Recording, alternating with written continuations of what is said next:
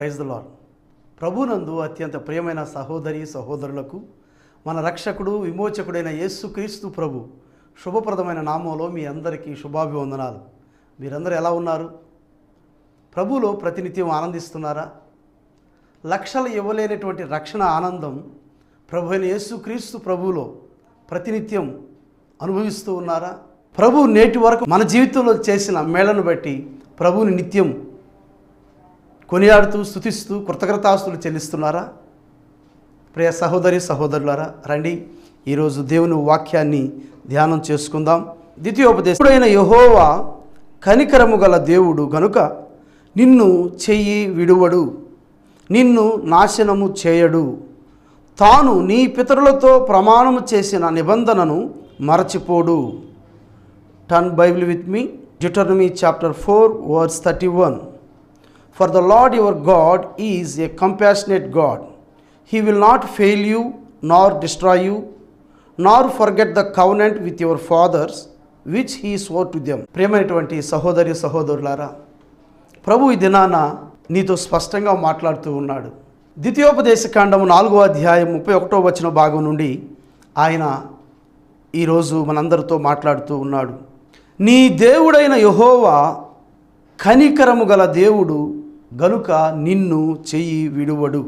ఆయన దేవుడైన యెహోవా కనికరము గల దేవుడు. ఆయన నిన్ను చెయ్యి విడిచిపెట్టేటువంటి దేవుడు కాడు.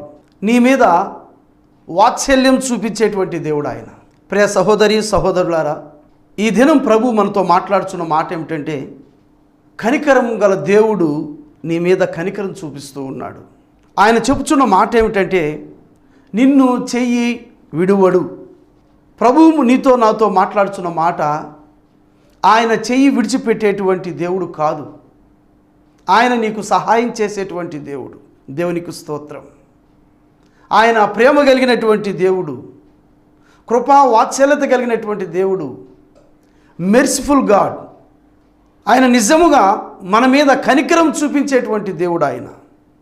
కనుకనే ప్రభు ఈ దినాన ద్వితీయోపదేశ కాండము 4వ అధ్యాయము 31వ వచన భాగం నుండి ప్రభు మనతో మాట్లాడుతూ ఉన్నాడు. నీ దేవుడైన యెహోవా కనికరము గల దేవుడు గనుక నిన్ను చెయ్యి విడువడు.